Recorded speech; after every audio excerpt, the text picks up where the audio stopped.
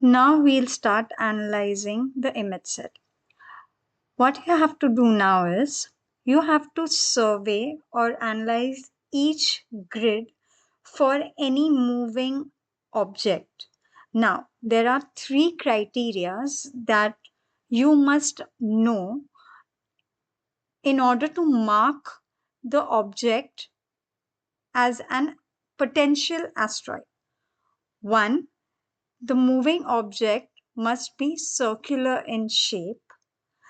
Two, the moving object must be moving in a straight line but in XY coordinates. That means it must move slightly or more visibly diagonally from one place to another. And third is that it should be visible in at least three images out of the four images that are given.